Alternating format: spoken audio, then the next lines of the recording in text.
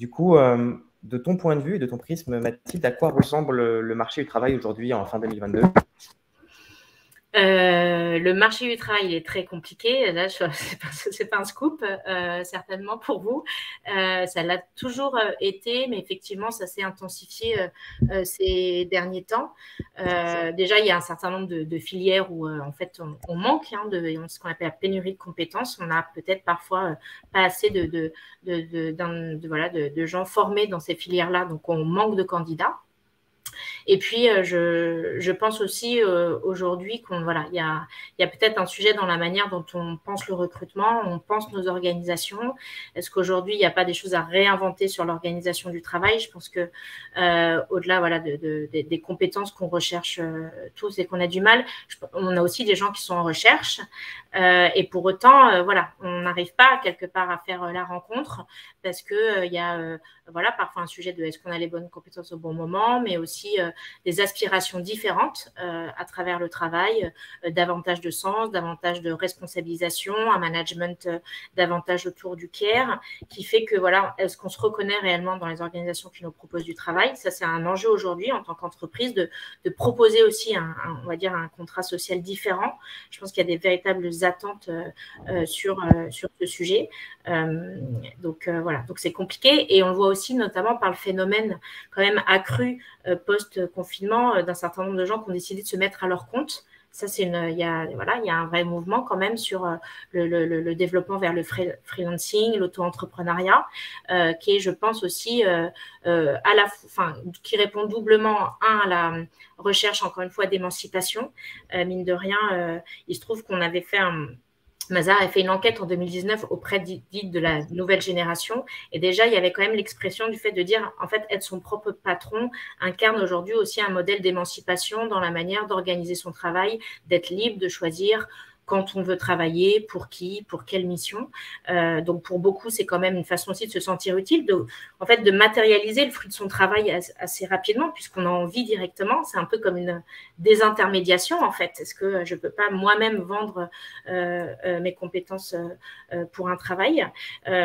Donc, ça, c'est un vrai sujet. Et puis, je pense qu'il y a aussi eu un désamour des organisations, notamment pendant la crise du Covid, cette crise du Covid, elle a eu plein d'effets positifs, booster le travail à distance, booster des transformations dans la manière de penser la collaboration, certainement, mais aussi a peut-être mis en exergue le fait qu'il y avait des lacunes managériales. Je pense que ça, c'est un enjeu aujourd'hui dans la manière d'organiser le collectif, de donner envie.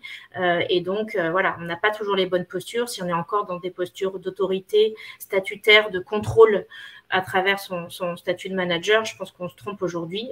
Et du coup, ça amène pas mal d'ajustements à conduire, qui fait que pour toutes ces raisons-là, c'est tendu, pas beaucoup de candidats ou des candidats, mais qui ne veulent pas rejoindre les entreprises. Et du coup, c'est un peu un recrutement très compliqué. Tu as vu vraiment un avant et un après, du coup, tout ce qu'on a vécu au travers de la crise sanitaire. Ouais, je trouve, oui, quand même, ça a complètement accéléré peut-être un mouvement qui était déjà… Accéléré, en tous les cas, permis d'exprimer. Je pense qu'il y avait, c'est un peu ce qu'on peut dire la révolution silencieuse, mais je pense qu'avant la crise, il y avait déjà, et peut-être que c'était davantage porté par les nouvelles générations qui appelaient à déjà un certain nombre de sujets, mais en fait, c'était bien plus largement partagé, je pense, par l'ensemble de la société. Et la crise du Covid, en fait, a fait un peu exploser ça, remonter à la surface. Donc aujourd'hui, tout le monde, on aspire à quelque chose de plus sain, je pense, dans le travail. En tout cas, je te rejoins sur la partie émergence de toute la partie freelance, même si je pense que c'est un petit peu exacerbé sur des réseaux comme LinkedIn, où tout ce type de personnes-là doivent vraiment s'exprimer pour exister. Et du coup, on les voit beaucoup aussi sur les réseaux comme ça. Alors, on les voit beaucoup, effectivement, parce que je pense aussi LinkedIn a œuvré à ça, en fait, directement, indirectement, ou je ne sais pas si c'était pensé, mais en fait, aujourd'hui, LinkedIn permet de faire sa propre marque. On appelle ça la marque personnelle, quoi. Ça, en tant qu'individu, bien sûr, on a un job dans une boîte, mais on a d'abord des idées, des opinions. On peut se présenter aux autres. Donc, c'est aussi un canal qui a facilité, en fait, cette mise en lumière des individus, des compétences qu'ils avaient à offrir. Et après, je pense que il faut pas non plus en dire c'est c'est la panacée. Il faut que tout le monde aille dans ce mode de collaboration. Je pense qu'il y a des gens qui sont faits pour peut-être plus travailler justement en tant qu'indep, ou au contraire se dire moi je veux être salarié dans une organisation. Voilà, je pense pas que c'est des modèles différents, ça parle pas forcément à tout le monde. Je pense qu'aujourd'hui l'enjeu c'est de faire cohabiter cela dans nos organisations et de penser davantage l'entreprise comme un hub de compétences. En fait, je pense que l'enjeu, c'est pas tant dire est-ce que c'est à chaque fois, voilà, j'ai de plus en plus de salariés, mais est-ce que justement je suis capable d'animer différents modes de collaboration pour juste m'assurer que j'ai les bonnes compétences, les bons individus au bon endroit pour les bonnes missions, et ça pour servir les objectifs de nos entreprises. Ok, ouais, super intéressant.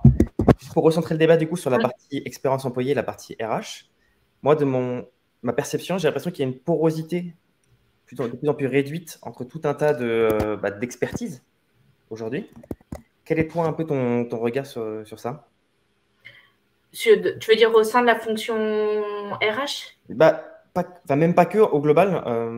Moi, ça fait un peu plus de 10 ans que je travaille maintenant et j'ai connu une entreprise qui était très, très clivée, avec des départements qui avaient vraiment leur indépendance, avec tous les travers que ça amène. Je vois qu'il y a de plus en plus de porosité maintenant dans tout un tas de métiers, notamment le marketing qui s'est vraiment développé, avec le sales notamment, la partie grosse aussi, qui vient amener toute une proposition de valeur vraiment de bout en bout. Quelle est toi ton analyse un peu autour de… Oui, enfin, c'est sûr que en tous les cas, aujourd'hui, un des facteurs aussi qui immobilise les organisations, ça peut être le trop de process, ce qu'on appelle la bureaucratie, le silotage des activités, des départements, qui fait qu'en fait, on fait tout en silo et ça manque de synergie. Aujourd'hui, justement, on a aussi beaucoup parlé de l'entreprise libérée, sans dire qu'on n'a pas besoin de manager. Ce qui est sûr, c'est que libérer parfois un peu l'entreprise de son propre carcan, en fait, qui veut mettre les départements ou les sujets, et qu'aujourd'hui, pour créer de la créativité, pour être réactif, aller plus vite, pour être efficient, on a besoin de cette transversalité-là. Et je pense que ça répond aussi à une envie de diversité de projets et de compétences. Aujourd'hui, on ne postule plus seulement pour un poste, mais pour des compétences qu'on va développer. Je constate que les mobilités horizontales aujourd'hui sont des modèles de carrière beaucoup plus désirés que forcément, je veux une ascension verticale avec des équipes à manager, etc. Tu as vécu à Mazars, hein. Exactement, ouais. Je ne suis pas sûre qu'au bout de 18 ans, je serai encore chez Mazars. J'ai eu la chance de faire plusieurs métiers, et ce qui fait qu'à chaque fois, on a l'impression de se réinventer, de voir des perspectives. Et ça, je pense qu'aujourd'hui, c'est vraiment aussi un levier d'engagement pour les collaborateurs. C'est vrai que chez Mazars, on a vraiment travaillé là-dessus. Si on revient, parce que tu me demandais aussi comment on a appliqué ça chez Mazars, mais en fait, on était le challenger de notre industrie, en tous les cas, quand on se compare aux fameux anglo-saxons, les Big Four. Et en fait, on s'est dit tout de suite, nous, dans notre projet, c'était de se dire, on va jouer de cette taille plus petite, autour de l'agilité, etc. Donc, comment, en fait, on essaye d'entretenir une culture beaucoup moins formalisée, beaucoup moins de l'écrit, beaucoup moins de process. Alors, pendant longtemps, quand tu es 1000, puis 1005, à 4000 aujourd'hui, je dis pas que c'est compliqué, mais même notre gouvernance, c'est un partnership participatif où ils décident ensemble par vote. Notre exécutif est élu par nos partenaires. Donc, c'est quand même une manière différente d'aborder les choses. Tout à l'heure, je disais, j'ai créé la fonction innovation RH. Comment ? Excuse-moi, je te coupe. Mais juste pour comprendre d'où est-ce que tu es parti en 2004 et où est-ce que tu es aujourd'hui en 2022, vous étiez combien en 2004 au démarrage ? Honnêtement, tu me poses une colle. Quand je suis rentrée, je pense qu'on devait être 1500, quoi. 1500, du coup, de 1500 à 4000, vous êtes passé. Ouais, c'est ça, je pense. J'ai pas validé. Et c'est sûr que quand on grossit, je pense que c'est l'enjeu aussi des startups, pour le coup, avec lesquelles je peux être amenée à travailler au sein du lab. Garder une agilité quand on a une taille plus réduite, oui, mais quand on grossit, on se voit bien quand même qu'il y a des choses qu'on doit structurer, parce que le vivre ensemble, il est plus compliqué quand on est 1000 personnes, n'en parlons pas quand on est des dizaines, voire des centaines de milliers de collaborateurs. Et je pense qu'aujourd'hui, c'est une attente justement d'apporter cette agilité dans les organisations pour libérer les initiatives, que chacun puisse contribuer, et pas que sur sa fiche de poste, ça peut être aux engagements sociétaux, environnementaux de l'organisation, à des enjeux de culture. Et donc, c'est vrai que ça, on voit aujourd'hui, c'est un levier d'attractivité, parce que quand encore une fois, quand on questionne les motivations pour rejoindre une entreprise, il y a beaucoup la quête de sens, mais la quête de sens, C'est peut-être travailler, oui, pour une organisation qui a un but sociétal, environnemental, une bonne cause, une entreprise à mission, etc. Mais c'est aussi souvent se dire, quand je me lève le matin, je sais à quoi je sers, à quoi je contribue. Il y a vraiment un rapport aussi avec la reconnaissance et le sentiment d'utilité que les autres vont nous renvoyer dans le travail. Donc, en fait, la manière dont on va manager, la manière dont on va fixer des objectifs, la manière dont on va permettre aux gens aussi d'entreprendre dans les organisations, aujourd'hui, c'est facteur d'engagement parce que ça sent, voilà, c'est ce qu'on appelle, ça développe l'estime de soi. Et c'est vrai que dans une organisation plus petite, c'est plus facile de permettre ça parce que ça veut dire pas faire des trajectoires de carrière toutes tracées, c'est être voilà, agile dans les parcours, c'est faire confiance aussi parce que parfois on veut se lancer dans un projet entrepreneurial, on n'en connaît pas l'issue, donc ça a beaucoup attrait à des enjeux de culture et ça je pense que voilà, c'est en tout cas un des leviers sur lequel nous, on a beaucoup joué Mazars, justement pour jouer de notre différence, parce qu'on nous disait souvent, voilà, vous êtes le petit challenger. Oui, mais justement, on peut proposer autre chose, qui fait que du coup, notre stratégie RH a toujours été quand même, en tout cas, nous, on le souhaite, un élément différenciant en termes de marque employeur vis-à-vis de nos concurrents. Du coup, rentrons dedans. Ouais. Tu nous as mis l'eau à la bouche avec, en touchant du doigt toutes les composantes qui viennent illustrer l'expérience employée. Et on va je propose qu'on traite un peu le comment. Ouais. Il y a un sujet qui, toi, j'ai l'impression que tu es cher, je crois que ça s'appelle le marketing RH. Alors, qu'est-ce que ça veut dire et comment ça se matérialise? Alors, maintenant, je le verbalise, mais sur le moment, je n'avais pas forcément, quand j'ai initié ça, pensé que je faisais du marketing. Mais disons que quand je suis arrivée, moi, dans la fonction RH, comme tout le monde, je cherchais du sens à mon métier. Et du coup, je me suis dit, RH, c'est vraiment le métier qui s'occupe des gens. Quand je ne faisais pas des RH, je pensais que c'était ça. C'est ça, je vous rassure, c'est ça. Mais voilà, c'est l'idée que j'en avais. C'est peut-être pas ce que j'ai découvert tout de suite comme mission et comme fonction, pardon. Et déjà chez Mazars, c'était plutôt moderne, mais disons une fonction qui était quand même assez isolée. J'ai trouvé. Moi, je me suis sentie isolée. Cette fonction un peu qui fait peur. Hein, et moi, venant des métiers, j'avais des copains partout. Je suis passée RH. Je caricature à peine quand je vous dis que je m'asseyais à la cantine et qu'ils ne s'asseyaient pas à côté de moi. C'était genre, fais gaffe, là, les RH, quoi.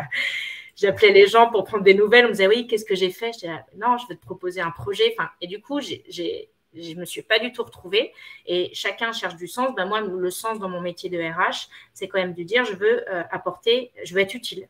Pour moi, c'est être utile aux autres. Et donc, il faut que mes clients soient contents. En fait, du coup, naturellement, j'ai un peu pensé client, en fait. Qui je sers? Je suis au service d'eux. Ça ne veut pas dire assouvi. Ça veut dire, dans la relation, voilà, j'ai envie de faire plaisir, de rendre satisfaction à des clients internes ou du coup externes qui sont les candidats. Et donc, en fait,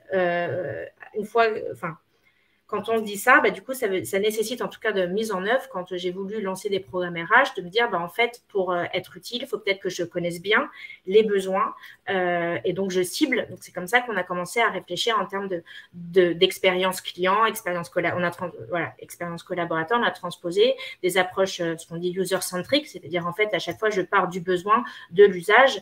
Donc, en fait, c'était tout simplement créer des communautés très rapidement par appétence de sujets, des questionnaires pour savoir les chantiers sur lesquels ils voulaient qu'on travaille. Et puis, brainstormer, faire des workshops, expérimenter des dispositifs, les tester, faire des retours d'expérience. Et en fait, un peu naturellement, maintenant, ça paraît évident. Hein, on parle des méthodes agiles, du design thinking, etc. Mais encore une fois, en 2012, c'était pas si répandu. En tout cas, moi, je le connaissais pas dans ma fonction RH. Et du coup, c'est quand même un autre mindset dans la manière de faire. Et c'est en ça où je dis, c'est le marketing, c'est-à-dire en fait déjà, quand on adresse des clients, c'est bien les connaître. Donc, est-ce qu'on leur demande souvent leur avis? C'est pour ça aussi que Mazars, on fait pas mal d'études prospectives sur les tendances du travail. On avait fait sur la génération Z. Là, on va lancer la semaine prochaine un rapport de prospective sur le sujet justement des freelances et comment on gère ces communautés de compétences dans les organisations. Voilà, c'est important de savoir un peu quelles sont les prochaines tendances pour justement mettre en œuvre des programmes. En fait, ce que je dis, mais je le fais avec tout l'engagement que j'ai pour mon entreprise, mais je vends une organisation. Mon métier, c'est de vendre une organisation. Venez nous rejoindre pour venir travailler à nos côtés. Je dis pour nous, non, à nos côtés, parce qu'on va voir que les différents modes de collaboration aussi, comment je parle, par exemple, à ces indépendants, pour qu'ils aient envie aussi de venir travailler pour Mazars. Et donc, du coup, voilà, donc je parle souvent de marketing parce que c'est aussi utiliser les techniques, c'est-à-dire je connais ma cible, je fais je fais de la segmentation.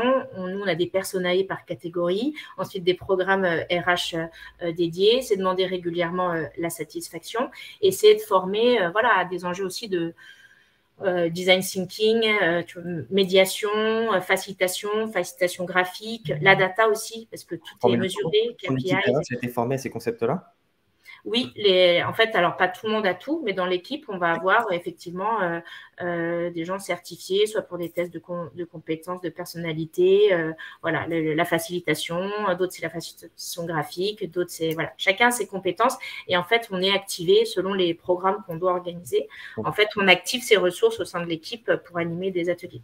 Et tu es venu piocher, de ce que je comprends, tu es venu piocher dans tout l'univers aussi du product management et des équipes produits, avec notamment toute la phase de découverte, qui est appelée en général le product discovery.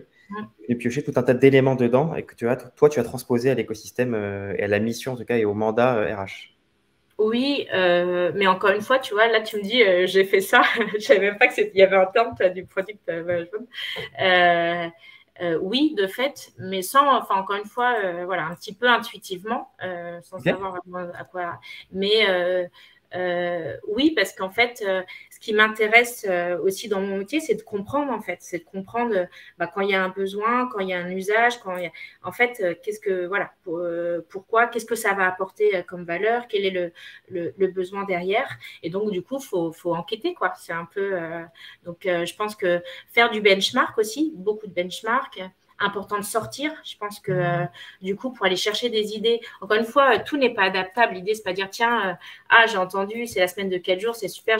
Après, chaque organisation a sa culture, il y a des choses qui peuvent passer, pas passer, etc. Mais c'est vrai que ce qui est important, je pense aujourd'hui aussi, dans la fonction RH, c'est d'aller chercher les bonnes idées, parler avec ses pairs, aller dans des cercles, et puis aussi sortir de la fonction RH, comme tu disais. Qu'est-ce que on fait en communication B2C, qu'est-ce qu'on fait en marketing. En fait, je vais plutôt aller aussi prendre source d'inspiration dans tout l'univers du e-commerce. Okay. Je trouve qu'aujourd'hui, aussi le digital, forcément, a apporté plein de choses, tout ce qu'on fait en termes de communication digitale, etc. Je trouve ça intéressant. Je pense que tu as la bonne approche. C'est super intéressant d'aller voir ce que font les copains qui sont dans d'autres acteurs similaires à ce que tu fais. Mais c'est aussi super intéressant d'aller voir auprès d'autres acteurs qui font des choses radicalement différentes, qui ont des business models très différents. Parce que ça peut être aussi des sources d'inspiration en interconnectant des choses qu'on voit à gauche, à droite, et se dire, tiens, ici, si on bouge un petit peu ça comme ci, si on bouge un petit peu ça comme ça pourrait faire quelque chose qui serait intéressant dans notre contexte. Oui, tout à fait. Ouais. Et du coup, je te propose qu'on aille encore un niveau en dessous, qu'on creuse un petit peu ce que tu as mis en place pendant 10 ans côté Mazars sur 2 plans. Un premier pan autour de l'attractivité et le deuxième pan autour de l'engagement. Sur l'attractivité, du coup, juste quel est d'après toi l'avantage compétitif de Mazars, qui est appelé en anglais l'unfair advantage, ce qui fait que tu te démarques par rapport aux autres acteurs sur ton marché? Je pense que c'est justement notre culture marque employeur, notre culture et notre culture RH en tous les cas. Parce que en fait, on essaye quelque part on essaye parce que c'est ambitieux, mais en tout cas de commencer à inventer cette hybridation entre ce qu'on voudrait souvent opposer, l'entreprise traditionnelle et la start-up. Okay. C'est-à-dire en fait comment aujourd'hui on apporte beaucoup plus d'agilité, encore une fois, de liberté, tout ce que j'ai dit tout à l'heure. Et je pense honnêtement que chez Mazars, c'est ce que nos collaborateurs nous disent, c'est qu'en fait, il y a cette liberté d'entreprendre, de proposer des choses, de contribuer à d'autres choses, à faire ses mobilités, etc. Et donc, on a un sentiment assez fort d'appartenance là-dessus. Encore une fois, je ne dis pas que c'est mieux, c'est pas bien. C'est, si quelqu'un recherche faire notre métier avec les clients qu'on a aussi, parce que c'est vrai que je pense qu'on a la chance d'avoir des beaux clients. On n'est pas aussi gros que les leaders qui ont aussi plein d'expertise qu'on n'a pas et des très bonnes équipes, mais je veux dire, on a quand même aujourd'hui des belles références. C'est quand même une belle marque, donc professionnellement, c'est une expérience qui développe des compétences, qui valorise aussi une carrière, mais avec une spécificité humaine un petit peu différente, qui fait qu'on n'a pas l'impression peut-être d'être dans une plus grosse machine, qui peut être aussi culturellement un peu plus processé, etc. Et ça, c'est clairement un de nos éléments différenciants et qu'on prône l'humain, donc c'est dans toutes les dimensions. Donc, encore une fois, c'est un combat de tous les jours, il faut être garant, etc. Mais de faire en sorte qu'il fasse bon travailler, que la culture managériale soit dans la bienveillance. Voilà, c'est des choses du quotidien, c'est la manière dont on collabore avec nos collaborateurs, dans la manière dont on communique et on dialogue. Donc, encore une fois, on a une organisation très… Ouais. Tu en parlais tout à l'heure, tu parlais de tes personas. Donc, je suppose que du coup, tu as segmenté les différents publics que tu dois recruter. Et, comment ça se passe après? Tu as un niveau de discours qui est différent pour chacun il y a des parcours différents pour chacun de ces personnages? En fait, non, c'est pas tant. Quelque part, je suis quelqu'un qui correspond à peut-être un personnage type et du coup, je vais faire ce plan-là. C'est plutôt que, en fait, aujourd'hui, l'enjeu, c'est de segmenter en fait ces populations. En fait, en fonction de son histoire, d'où on vient, de son milieu, de ses appétences surtout, en fonction du moment de vie dans lequel on est. Est-ce que je suis un débutant en début de carrière? Est-ce que je suis jeune papa, jeune maman? Est-ce que je suis un peu plus senior? Est-ce que je suis peut-être un homme, une femme? Est-ce que en tous les cas, on peut avoir parfois des attentes différentes et donc on va essayer de comprendre peut-être, qu'est-ce qu'on, par exemple, pour les jeunes mamans, est-ce qu'il y a des dispositifs particuliers? Et puis après, on en a d'autres pour les jeunes qui veulent s'engager sociétalement ou environnementalement via le congé solidaire. Et puis, on a aussi des gens qui sont plutôt envie de développer leur sens de l'entrepreneuriat et faire une immersion en start-up. Et puis, il y en a d'autres. Voilà. En fait, on essaye de… Quand je dis personnaliser, c'est pas faire des caricatures d'individus, c'est plutôt dire, voilà, je peux avoir tel centre d'intérêt, je peux me retrouver dans tel moment de la vie. C'est-à-dire qu'on essaye de cibler des moments qui vont nécessiter des besoins différents pour pouvoir répondre à ces besoins, du coup, de façon, pas forcément stigmatisée en fonction de si, je suis dans une ou deux catégories, mais dire, en fait, en fonction de ses appétences, etc., de ses envies, on va pouvoir trouver toujours un sujet qui va venir faire écho. Donc, ça veut dire… Et c'est ça qui est compliqué, c'est pas tant faire des programmes de masse où on en ferait moins, mais essayer de faire… Souvent, on me dit, mais tes expérimentations, tes programmes, il n'y a pas beaucoup de gens dedans. Mais en fait, parce qu'on en a plein. Et d'ailleurs, c'est pour ça que souvent on dit, mais chez Mazars, on fait plein de trucs, mais on fait plein de petits trucs. En fait, je sais pas si… Parce qu'en fait, on se rend compte que chez chaque individu, on n'a pas les mêmes leviers d'engagement et de motivation. Donc, en fait, moi, c'est peut-être certaines choses qui vont me donner envie de m'engager pour Mazars ou d'autres. Donc, en fait, on fait plein de choses comme ça, de programmes. C'est pour ça que je dis segmentation. Excuse-moi, mais juste pour rebondir, tu te bases sur des modèles type process communication, modèle disque ou autre pour segmenter un peu? Non, c'est des témoignages. Enfin, en fait, c'est des témoignages. On est au proche des équipes. Donc, en fait, on leur demande leur centre d'intérêt, par exemple. Quand on lance des choses, on leur demande qui veut s'engager. Donc, on a des communautés, par exemple. On a la communauté RSE, on a la communauté des innovateurs, on les appelle ça les ambassadeurs. On a les ambassadeurs de ceci, de cela. En fait, au-delà de son métier et de sa fiche de poste, quelque part, on peut rejoindre une communauté comme ça. Et en fait, nous, en fonction de ces communautés-là aussi, parfois, on peut être amené à développer des programmes différents. Disons qu'on essaye de co-construire à chaque fois quelle va être la bonne réponse à la bonne demande. Donc, voilà. Mais c'est pas via des process comme, etc. C'est juste… tu vois, si je prends le truc des parents, c'est clair. Je me mets à la place d'une jeune maman. Elle part en congé mat. De quoi elle a besoin? Qu'est-ce qu'il faut? Donc, par exemple, on a des programmes. À son retour, elle va faire un retour en douceur. Pendant un mois, elle va être 4/5e pour reprendre tranquillement. On va lui faire un entretien avant-après. On va organiser des ateliers pour parler de ses besoins en tant que maman, etc. Donc, ça, c'est dans un programme qu'on a pensé, par exemple, ce qu'on appelle la parentalité. On a plein d'actions dedans. Et puis, on a un autre programme qui est l'engagement sociétal. Ça, c'est pour les gens qui veulent s'engager via l'associatif. On fait, par exemple, des journées pro bono, on fait des congés solidaires, on fait du mécénat de compétences avec les déterminés. Enfin, voilà. Et en fait, c'est ça. C'est qu'en fonction de son appétence, ce qui procure peut-être de l'engagement au travail, on va définir différents programmes. C'est là où je dis, en fait, on fait des personnalités, on cible plutôt des besoins, des moments de carrière qui peuvent s'exprimer. Voilà. Plutôt que de pousser une approche monolithique à tous les collaborateurs et collaboratrices, tu segmentes en… Voilà, exactement. On segmente. Des tranches de vie. Oui. Chaque tranche de vie amène des contraintes aussi. Bien sûr, ouais, exactement. Et tu essaies du coup de répondre au mieux à ces contraintes-là, en tout cas de faire les aménagements qui vont permettre que tout le monde s'y retrouve. Ok. Voilà. super clair.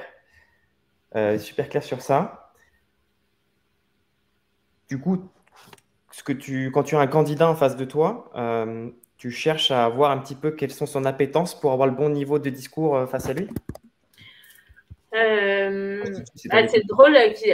Non, alors, mais d'ailleurs, on a des process de recrutement où on a ce qu'on appelle le recrutement inversé. Donc, en fait, c'est le candidat qui est le recruteur et il a devant lui le CV, donc le candidat qui est un Mazarien. Et on met dans le CV des trucs Mazar, par exemple, je sais pas, on a le Move, nous on a l'Erasmus Mazar. Donc en fait, on peut partir 3 à 6 mois dans un autre pays de Mazar.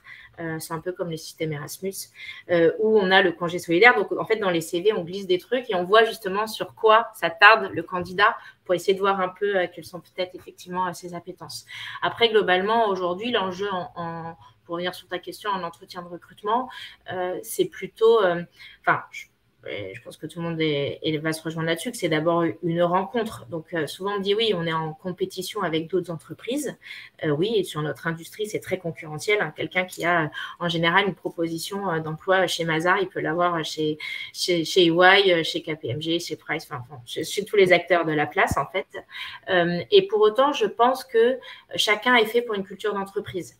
On a tous aussi des cultures très différentes et donc, quelque part, je veux surtout que les gens qui se projettent chez nous adhèrent à notre culture, voilà, envie d'y contribuer. Je pense que c'est ça aujourd'hui qui est important de tester parce que au-delà du fait, bien sûr, on peut toujours voir le sujet effectivement de compétences, de performance, est-ce que la personne remplira bien les attentes de son poste. Mais je pense qu'aujourd'hui, ce qui en tous les cas aide à performer, c'est aussi être en alignement, en accord avec son organisation, avec les équipes qu'on rejoint.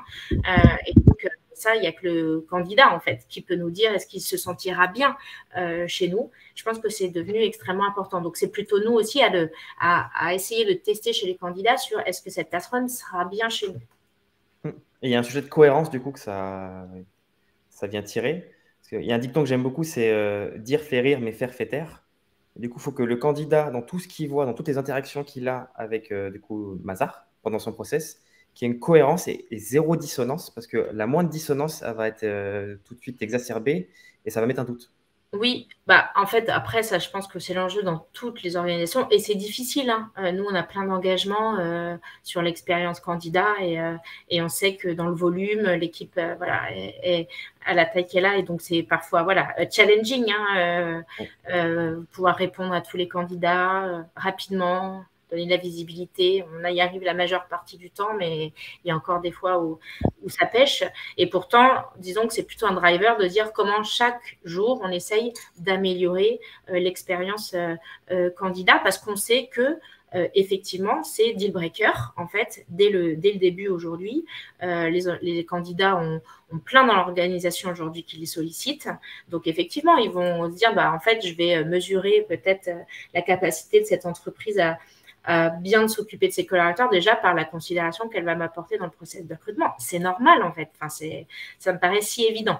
Donc, il faut qu'on puisse s'assurer. Donc, on a beaucoup aussi investi sur, déjà, c'est bête, mais l'expérience digitale dont on peut bénéficier dans l'expérience candidat, parce qu'aussi, on sait que avoir un site ergonomique, trouver les bonnes informations tout de suite, avoir l'impression que le contenu est même ciblé en fonction de mes appétences, le fait que tout soit soigné, que je galère pas à trouver les entretiens de recrutement, que quand j'arrive aux entretiens, je me sente bien.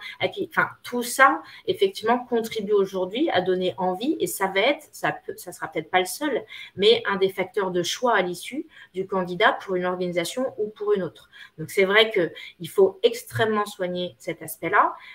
Ce qu'il ne faut surtout pas, c'est dire et arrêter une fois que la personne est candidatée. Parce que l'enjeu, il est là aussi. C'est que ça doit résonner avec l'expérience collaborateur. Sinon, il n'y a rien de pire, c'est déceptif, etc. Voilà. Et donc, ça revient aussi. Une question sur la partie attractivité. Quelles seraient les 3-4 métriques que tu surveilles de près et qui te montrent que tu avances alors je mets des guillemets, mais dans la bonne direction. Parce qu'il n'y a pas de bonne direction, mais dans une direction en tout cas qui va avec ce que tu veux développer. En termes d'expérience candidat ? Oui. Ouais. Déjà, la satisfaction candidat, donc on la mesure. Et donc là, on s'outille parce qu'aujourd'hui, on faisait encore beaucoup de choses peut-être trop manuel. Voilà, donc là, on s'outille pour effectivement avoir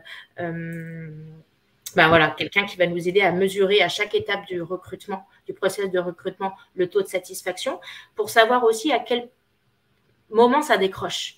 Il y a peut-être dans le processus de recrutement justement une étape qui justement n'est pas fluide, ne propose pas une expérience optimale, et du coup il faut pouvoir identifier là où sont les brèches. Parfois on a des choses très bien, puis il suffit que le dernier effort. Donc ça déjà, mine de rien, il y a aujourd'hui tu prends la satisfaction candidat au travers des différents entretiens. Ouais. Juste une fois, mais de bout en bout. Oui, et ça c'est. On mesure la satisfaction partout. On mesure la satisfaction de nos stagiaires quand ils finissent leur stage. On mesure la satisfaction de nos candidats. On mesure la satisfaction de candidats potentiels. C'est des prix, par exemple, je pense au prix Potential Park qui vient audit. En fait, il demande à des candidats d'aller justement challenger des process de recrutement de différentes organisations. Et donc, on est quelque part, évalué sur l'expérience qu'on propose. C'est pas tant avoir le prix. Le fait, c'est de se dire, tiens, là, j'ai été moins bon cette année. Tiens, ça a été moins bien vu. Ah, au contraire, ça a été apprécié cette année. Donc, en fait, c'est important aussi pour avancer, il faut se mesurer. Donc aussi, être capable de se challenger. Parfois, c'est des bonnes nouvelles. Parfois, c'est dire, merde, on a baissé, on a des sujets qui pêchent. Mais si on veut pouvoir améliorer, c'est évident. Donc ça, c'est extrêmement important. Après, ça dépend. Tu me dis 3 critères que j'utilise pour les séances candidats. Par exemple, ça va être ce qu'on appelle le taux de trafic. Enfin, c'est là où on va retrouver peut-être des notions. Pardon, je ne suis pas du tout une pro du e-commerce et du marketing, mais quand je pose dans le taux de trafic, donc le nombre de visiteurs, le nombre d'impressions, donc de réactions lorsqu'on communique sur les réseaux sociaux, le nombre ce qu'on appelle les taux de transformation, un visiteur en candidat, il a cliqué sur la candidature, un candidat vu en process de recrutement. Donc en fait, on a beaucoup effectivement de KPI, c'est une des parties chez nous laquelle c'est plus développé parce que c'est très important de suivre. Et en fait, ça a été mis en place, honnêtement, encore une fois, pas forcément au début comme on pensait data. C'est juste que Mazars, on recrute 1400 personnes là, cette année sur 4000 salariés. Donc, 1400 par an, c'est quand même des très grosses entreprises qui recrutent ces volumes. Mais Mazars, en fait, c'est une ETI. Enfin, voilà. Alors, c'est une belle ETI, mais en fait, souvent, ça reste, il y a beaucoup plus gros. Et en fait, ce que j'essaie de montrer, c'est que dans notre organisation, à 4000 collaborateurs, ce qui est très important pour nous, c'est les flux entrants et sortants. On a 1400 recrutements par an et on a 25% de turnover, qui n'est pas du tout un sujet. C'est le secteur, c'est ça. Voilà. Alors, oui. Et le taux de turnover, souvent, on me dit, oh là là, c'est terrible. Oui, enfin, ce qui est terrible, c'est que c'est les gens qu'on aimerait garder qui partent. Mais en fait, chez nous, c'est assez structurel à notre industrie. En fait, on recrute énormément de jeunes qui se forment, mais beaucoup n'ont pas du tout la vocation à rester dans nos métiers. Ils viennent juste pour se former 3-4 ans pour ensuite évoluer dans d'autres fonctions. Donc, on est vraiment vu comme un passage. Donc, c'est admis que en général, au bout de 3-4 ans, on a une grande partie de nos collaborateurs qui décident souvent de rejoindre, par exemple, d'autres entreprises, d'autres postes, ou en start-up, ou en indépendance. Là, on voit aujourd'hui tout. Mais du coup, c'est quand même beaucoup en volume. Et donc, en fait, forcément, on n'avait pas forcément les mêmes moyens que nos concurrents directs qui pouvaient être amenés à recruter ce type de volume-là en termes d'investissement publicitaire, marketing, communication.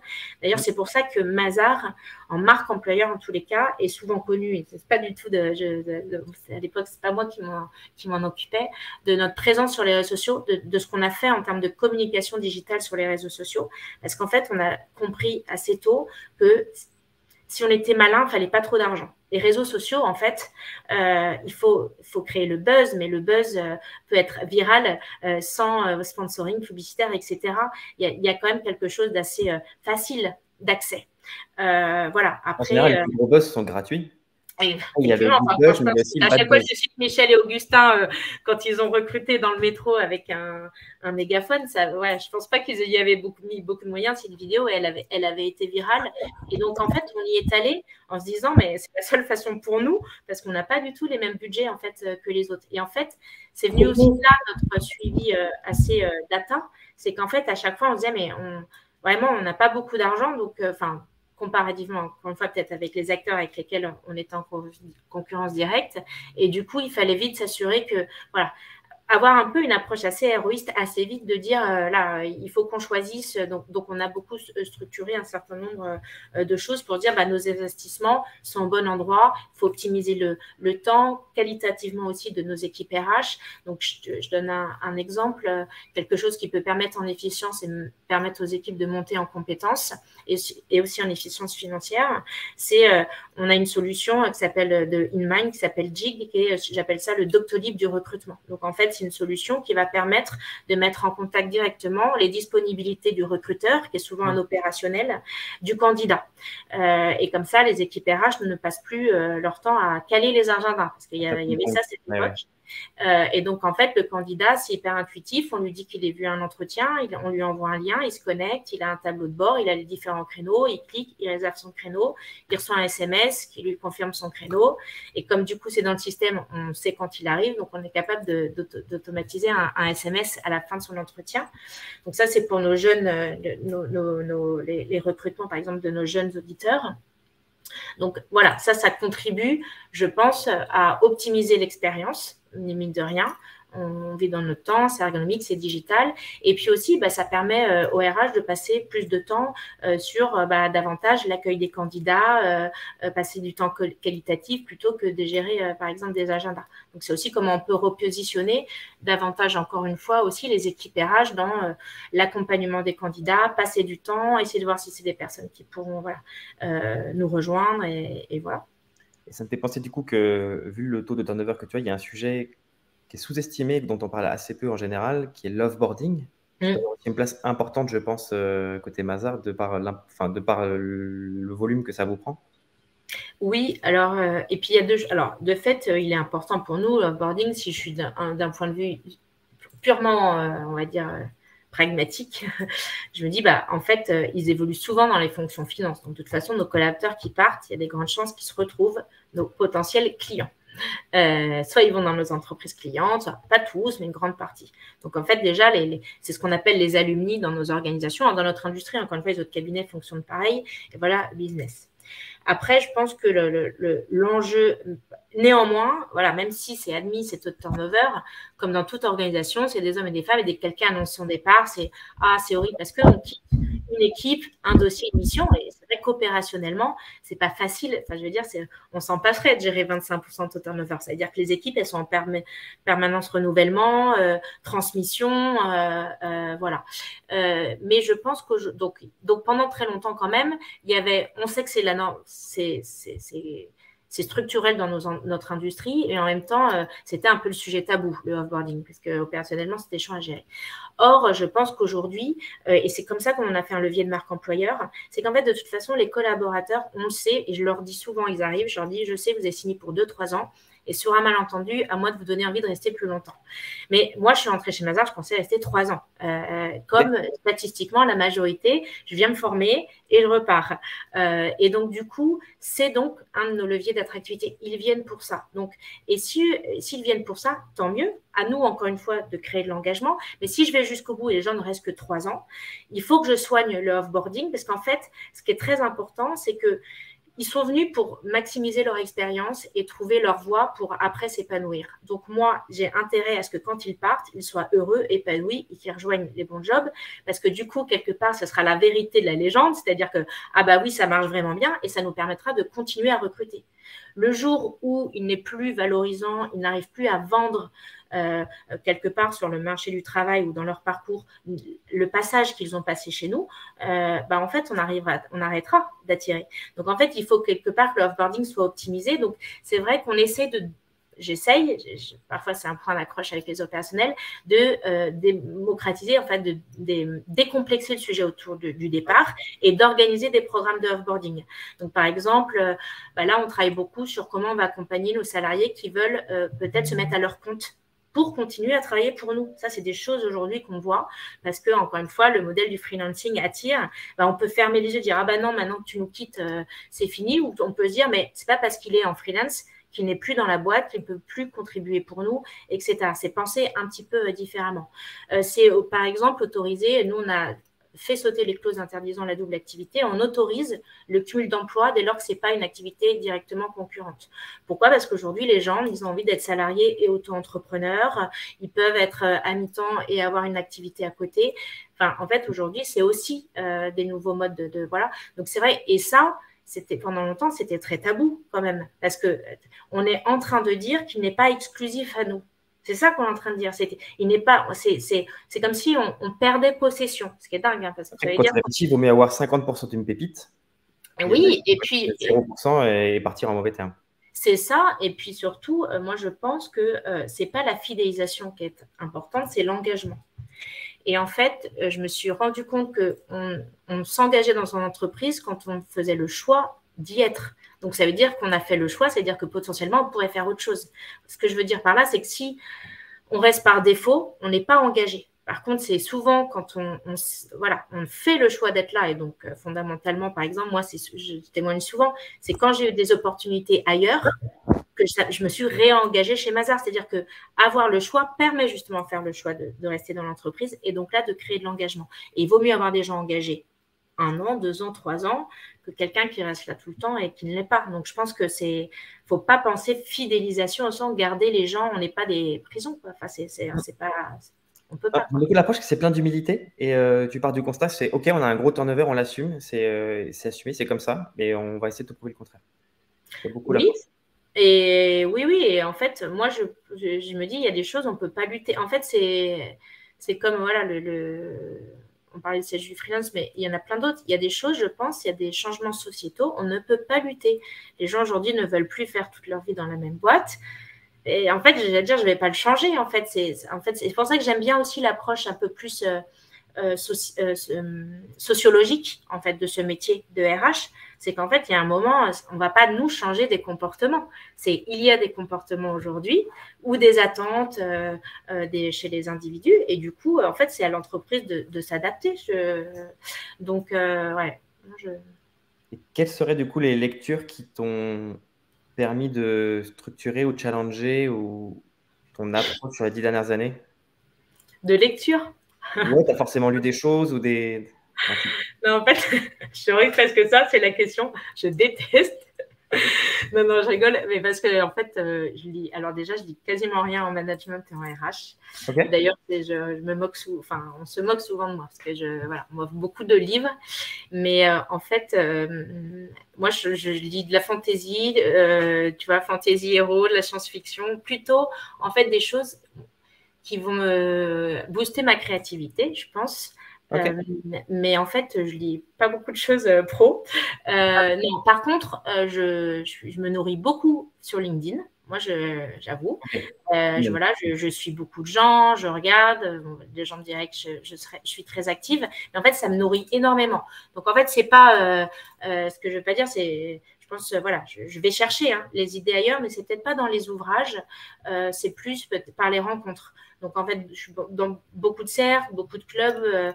Le Lab RH, forcément, je rencontre énormément d'acteurs. J'ai cette chance-là. Et en fait, c'est plutôt via la rencontre. J'adore croiser les points de vue, les professeurs, des chercheurs, etc.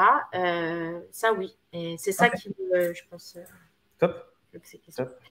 Je propose après qu'on passe aux questions, parce qu'il y en a quelques-unes qui sont tombées. N'oubliez pas que vous pouvez voter pour faire remonter celles que vous jaugez les plus pertinentes. Il y a la première question qui a monté, celle de... En tout cas, merci en tout cas Mathilde d'avoir partagé tout ça avec nous, c'est super.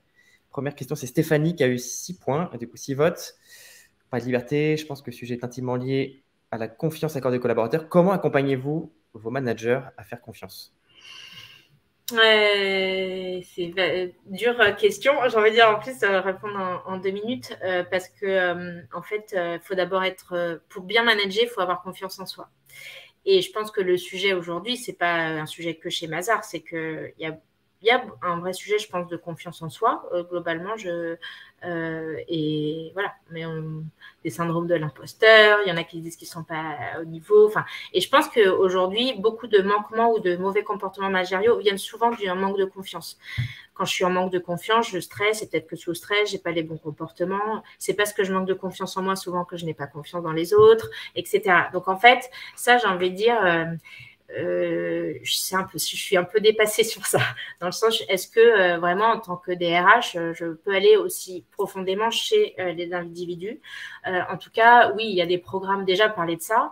Qu'est-ce qu'un bon manager? Donc c'est bien sûr, on a des programmes de formation sur l'intelligence émotionnelle, sur ce qu'on appelle la communication non violente, qu'on essaye de développer dans les techniques de feedback permanent. On anime des séances de co-développement, on a formé des coachs internes. Donc, en fait, on essaye d'acculturer, de diffuser dans notre organisation toutes ces postures-là, même si ça reste des choses extrêmement compliquées, parce que je pense que pendant très longtemps, on a vu le management plutôt comme un attribut statutaire. Je montais et en fait, voilà, mon équipe était plutôt à mon service. Et surtout, voilà, c'était le passage un peu obligé pour monter verticalement. Voilà, j'ai la responsabilité, j'ai le bureau, j'ai l'assistante, j'ai l'équipe. Et honnêtement, j'ai déjà assisté à des discussions où on sentait bien qu'on essayait de comparer les tailles d'équipe pour en fait dimensionner quelque part l'importance du poste dans la hiérarchie. Il y avait un côté très statutaire hiérarchique, alors qu'aujourd'hui, on va être vraiment dans le rôle et dans vraiment la manière de développer des relations interpersonnelles qui favorisent le collectif et la création de valeur. Et ça, c'est hyper dur. Donc, on a quand même, je pense, c'est un des plus vastes chantiers, honnêtement, du moment. C'est vraiment cette transformation managériale. C'est sur des temps en général qui sont aussi très longs. Oui. Parce que ça prend beaucoup de temps. Ça se passe ici dans la tête et ça met beaucoup de temps et d'énergie à bouger. Top. Merci Mathilde pour ça. Deuxième question qui a aussi suivi votre Maxime. On revient sur les métriques. Quelles sont les métriques clés et comment est-ce qu'elles ont évolué? Donc, les métriques clés, donc je pense chez Mazars. Oui, je comprends. C'est quelles sont les métriques clés que tu pilotes au quotidien et l'impact, les actions. La parité, ça c'est un taux que je cherche tout le temps, la parité à tous les niveaux, enfin en tous les cas, les taux, voilà, les pourcentages de hommes-femmes, recrutement, promotion, performance, dans les programmes, tout le temps. C'est une culture data en tout cas chez vous. Oui. Vraiment beaucoup. Ouais. Alors en plus, peut-être que c'est ça aussi. J'aime bien les chiffres. Ça dû à mon passé, mais j'aime bien les chiffres. Je trouve que même quand on a beaucoup de choses intuitives, avoir les chiffres, c'est extrêmement parlant. Ça aide aussi à convaincre. Et puis parfois, ça nous aide à prendre conscience qu'on ne voyait pas les bonnes choses au bon endroit. Voilà. Donc après, on en a beaucoup en recrutement. Ça va être, par exemple, on veut des filières ingénieurs, école de commerce, université, on le suit. Voilà, hommes-femmes. On suit par exemple aussi les filières de recrutement. Est-ce que c'est par cabinet de chasse? Est-ce que c'est par cooptation? Est-ce que c'est par candidature spontanée? Et on arrive à voir, par exemple, on suit aussi après le pourcentage de rupture des périodes d'essai à l'initiative du candidat pour savoir si en fait il y a des filières, voilà, des recoupements, etc. Que tu suis par exemple, un truc, ça paraît évident à tout le monde, mais au moins ça illustre. On a suivi par exemple le taux de transformation période d'essai et on s'est rendu compte que toutes les candidatures par cooptation avaient un meilleur taux de transformation avec un meilleur onboarding et adhésion à la culture d'entreprise. Voilà. Du coup, on a mis en place la cooptation, même s'il ne faut pas que ce soit que ça, parce que ça peut avoir aussi d'autres inconvénients, et que par exemple, peut-être sur certains métiers, ça marchait mieux que les cabinets de chasse. Donc, on a pu orienter les choses. On fait aussi on a des investissements dans les écoles, on a des investissements financiers, on va suivre le nombre de candidatures que ça a généré, le nombre de CV envoyés, le taux de transfo, voilà, les taux de transfo dans les programmes de recrutement, on a les taux de bien-être et d'engagement par équipe. Enfin, en fait, on mesure. Et justement, ouais. Maxime a raffiné sa question. En gros, j'ai résumé du coup, Maxime, je prends ta dernière remarque, c'est est-ce qu'il y a moins de turnover chez Mazars qu'ailleurs avec tout ce qui a été mis en place? Honnêtement, il n'y en a pas moins qu'avant, mais il n'y en a pas plus. Et ça, je pense que du coup, c'est ce qui peut-être nous diffère par rapport à certains de nos concurrents. Il y a eu beaucoup plus de vagues de départ chez d'autres. Nous, on a réussi à le contenir, mais il n'a pas diminué. Voilà. Donc, j'allais dire, en soi, voilà, c'est parce que on n'a pas pour mission de le diminuer pour le diminuer. C'est ça que j'essaye d'expliquer. Par contre, c'est quelque chose d'assez sensible. Si 25% de taux de turnover, allez, idéalement, il faudrait qu'on soit à 23. Et si je suis à 28, c'est la cata. Donc, vous voyez qu'en fait, on a une sensibilité assez forte sur ce sujet-là. Mais fondamentalement, surtout, on a vu qu'il n'avait pas augmenté, ce qui, pour le coup, n'a pas été le cas sur le reste du marché. Ce qui est déjà pas mal quand on voit la période qu'on a passée. Ok, merci pour ça, Mathilde. Ensuite, question de Raphaël. Comment est-ce que tu as identifié tes personas Nae au départ? Alors, quand on l'a fait sur le travail avec, sur la marque employeur, au début, on avait initié quelques réflexions pour nous aider dans le brainstorming avec une agence. Et typiquement, là, on avait fait les personnages. Donc, souvent, il y a des gens qui font du prospectif, etc., ce qu'on appelle les cahiers de tendance, les tendances. Donc, en fait, on peut avoir certaines attentes, certains personnalités. Donc, en fait, on va définir par centre d'intérêt, etc. Après, il y a aussi sur notre cible. Bon, par exemple, nous, on recrute des jeunes diplômés. Jeunes diplômés, ils viennent d'écoles de commerce, d'ingénieurs ou d'université. C'est peut-être pas exact. Si je recrute ingénieurs, ce sont plutôt des jeunes hommes. Statistiquement, il y en a plus. École de commerce, c'est plus mixte. Et est-ce que, en fait, leurs attentes vont être les mêmes à chaque sortie des écoles? Donc, comment on fait? On demande. Donc, on travaille aussi avec des instituts comme Universum. Universum, qui est un des plus grands classements et sondages auprès des étudiants sur le taux de désirabilité, d'attractivité, de visibilité des entreprises. Et en fait, ce qui est intéressant, c'est pas tant les résultats, encore une fois, c'est qu'en fait, souvent, on a accès à notre data. Et ça nous permet, en fait, de mesurer, de nous dire, tiens, la cible dans cette école ou dans cette tranche d'âge, voilà ce qu'ils ont dit vouloir rechercher comme facteur d'attractivité, etc. Et en fait, ça nous permet, du coup, ensuite de définir. Encore une fois, ça ne reste qu'un exemple. Tout le monde n'est pas obligé de se vérifier à ce modèle-là. On va va pouvoir définir 5, 6 personnages, c'est-à-dire, on va dire personnages types, mais dans lesquels nos collaborateurs pourraient aussi se reconnaître. Voilà.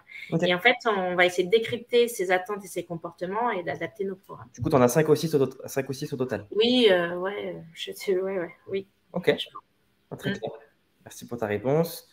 Ensuite, Charlène qui était on fire dans le chat aujourd'hui. Merci pour tous tes compléments. En tout cas, Charlène, ça a été vraiment apprécié. 1400 recrutements, pour combien de recruteurs ou RPO? Recruteurs, alors, parce que l'équipe, il y avait quoi? 3, 4, 7. Voilà, 7 recruteurs à Paris. Et en fait, c'est ce qu'on a une organisation un peu particulière. On est une organisation un peu décentralisée. Donc, en fait, Mazars est présent dans plein de bureaux et des grosses régions. Donc, j'ai une équipe parisienne, une 50aine de personnes. Et ensuite, j'ai des RH dans les grandes régions. Et donc, quand on est responsable RH dans une région, on peut être amené à faire tout. On va faire de la gestion de développement, de l'accompagnement au quotidien du recrutement. C'est des plus petits volumes de recrutement. Si je prends à Paris, puisque sur les 1400 recrutements, il y en a plus de 1000 à Paris, c'est 7 recruteurs. Sachant que, en fait, nos recruteurs font, j'allais dire, du recrutement, en fait, peut-être pas du recrutement vu peut-être de manière plus partagée, c'est-à-dire en faisant beaucoup d'entretiens de recrutement. Nous, en fait, on recrute ce qu'on appelle des promotions. Donc, en fait, par exemple, de jeunes diplômés sortis d'école, ils vont être 450 à avoir rejoint Mazars depuis septembre. Et donc, en fait, on a aussi des dispositifs de recrutement très spécifiques. Donc, ça s'appelle des journées de recrutement. On appelle ça le Job at Mazars. Donc, en fait, ils viennent une demi-journée, ils ont des conférences, ils ont des ateliers, ils ont différents types d'entretiens plutôt ludiques, l'entretien inversé, ils ont des travaux de groupe. En fait, on passe une journée ensemble et en fait, c'est pas tant de l'entretien, c'est qu'on fait de l'assessment du coup pendant ces sessions et à l'issue de ces sessions, on fait des propositions pour nous rejoindre. Ils ont aussi des jeux en ligne lorsqu'ils candidatent. Donc, en fait, on fait une synthèse un petit peu de tout ça. Et en fait, ce sont nos opérationnels qui participent à ça aussi, c'est-à-dire les managers d'équipe. Nous, les RH, on a pour charge quelque part de penser les programmes, les bons dispositifs, de former les opérationnels à avoir les bons comportements ou les compétences, etc. Et on débrief avec eux. Et nous, en fait, on s'assure de penser encore une fois à l'expérience candidat, qu'elle soit en amont, digitale ou ensuite physique lorsqu'on vient passer ces sessions-là. Et on challenge les opérationnels pour faire les bons choix. Voilà, donc c'est assez particulier aussi à la manière dont on recrute, puisqu'on a c'est des gros volumes sur certains métiers. Très clair. Merci beaucoup, Mathilde. Il est déjà 12h04 et je sais que le temps de tout le monde est précieux. Je vous pousse juste 3 liens. Déjà, peut-être que tu peux dire comment est-ce qu'on peut te contacter ou avoir plus d'infos ou recreuser avec toi certains sujets. Oui, bah alors déjà, merci beaucoup pour tous ces échanges. Encore une fois, désolée pour les quelques minutes de retard au début. J'espère que la qualité, enfin voilà, vous auriez apprécié les échanges et que ça nous rattrapera. Merci beaucoup. Et oui, bien évidemment, de toute façon, moi, je suis toujours disponible pour échanger sur tous ces sujets-là. Comme je vous l'ai dit, en tout cas, j'essaye d'être assez active sur LinkedIn, qui reste le meilleur canal pour me contacter, échanger avec moi, parce que du coup, voilà, je suis assez focus sur celui-là, donc je réponds à mes messages. Voilà. Comme dit Nathalie, plein d'énergie, ça donne la pêche. En tout cas, je vous ai mis aussi en lien un lien vers un livre blanc qu'on a écrit dernièrement, qui revient sur l'expérience employée, si vous voulez voir comment vous pouvez la structurer factuellement chez vous. Et une newsletter aussi qu'on publie de notre côté, qui vous donne aussi des actions concrètes à mettre en place sur tout un tas de pans de l'expérience employée toutes les 2 semaines. Et ça ne prend pas plus de 3 minutes à lire. C'est entre LinkedIn, du coup, et les livres. Voilà. En tout cas, merci beaucoup, Mathilde. Mathilde. Merci beaucoup. Merci beaucoup à vous, à toutes et à tous. Bonne fin de journée. Et merci. Et à bientôt. Au revoir.